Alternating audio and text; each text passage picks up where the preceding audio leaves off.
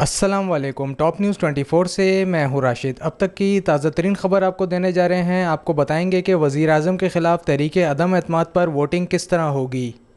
ताकत के ऐवानों में इस वक्त इमरान खान के खिलाफ अपोजिशन की तहरीक अदम एतमाद का शोर मचा हुआ है, जिसे कामयाब बनाने के लिए मुत्तहदा अपोजिशन सर तोड़ कोशिशें कर रही है और नंबर्स गेम पूरे होने का दावा भी कर रही है। ताहम ये तो वाज़े आइंदा असम्बली के इजलास में हो जाएगा, लेकिन यहाँ हम आपको आज अदम एतमाद के लिए होने वाली वोटिंग का तरीका बताएंगे। किसी भी वज़ीर आज़म को आईनी तरीके से ओहदे से हटाना हो तो पाकिस्तान का कानून इस हवाले से बिल्कुल वाज़े है। सबसे पहला मरहला ये होता है कि आइन के आर्टिकल A95 के तहत कौमी असम्बली सेक्रेटरीट में वोट ऑफ नो कॉन्फिडेंस की तहरीक जमा कराई जाए, जो अपोजिशन जमातों ने 8 मार्च को जमा करा दी है। अगर पार्लियामेंट का इजलास जारी ना हो तो तहरीक अदम एतमाद के साथ साथ आइन के आर्टिकल 54 की शिक नंबर 3 के तहत इजलास बुलाने की दरख्वास्त भी जमा कराई जाती है, जिसे हुर्फ आम में रेकुजेशन कहते हैं। जब ये रेकुजेशन कौमी असम्बली सेक्रेटरीट को मौसूल हो जाए तो आइन के तहत स्पीकर इस बात का पाबंद होता है कि वो रेकुजेशन मौसूल होने के 14 दिन के अंदर जिस रोज बेहतर समझे इजलास तलब करे।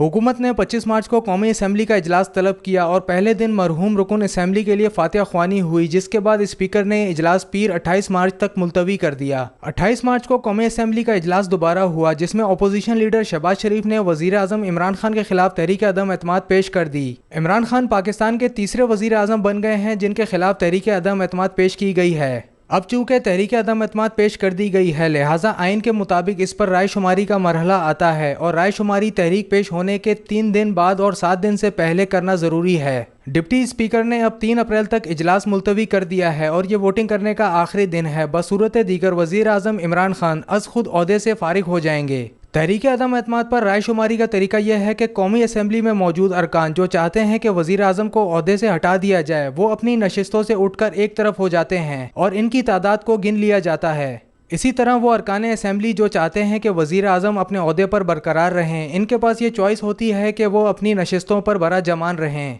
ये इसलिए होता है कि अगर हुकूमत का कोई रुकन उठकर अपोजिशन की जानिब चला जाए तो इसकी निशानदही भी हो जाए। ऐसे रुकने असम्बली पर फ्लोर क्रॉसिंग की कार्रवाई भी की जा सकती है और बात ना अहली तक जा सकती है।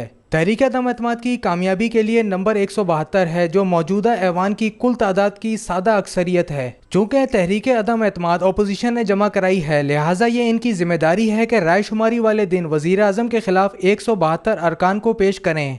अगर अपोजिशन 172 अरकान की हिमायत पेश करने में नाकाम रही तो वजीर आजम के खिलाफ तहरीक अदम एतमाद नाकाम हो जाएगी और वो ओहदे पर बरकरार रहेंगे। ताहम अगर अपोजिशन 172 या इससे जायद अरकान को सामने ले आई तो वजीर आजम को ओहदा छोड़ना पड़ेगा, साथ ही इनकी पूरी काबीना भी तहलील हो जाएगी।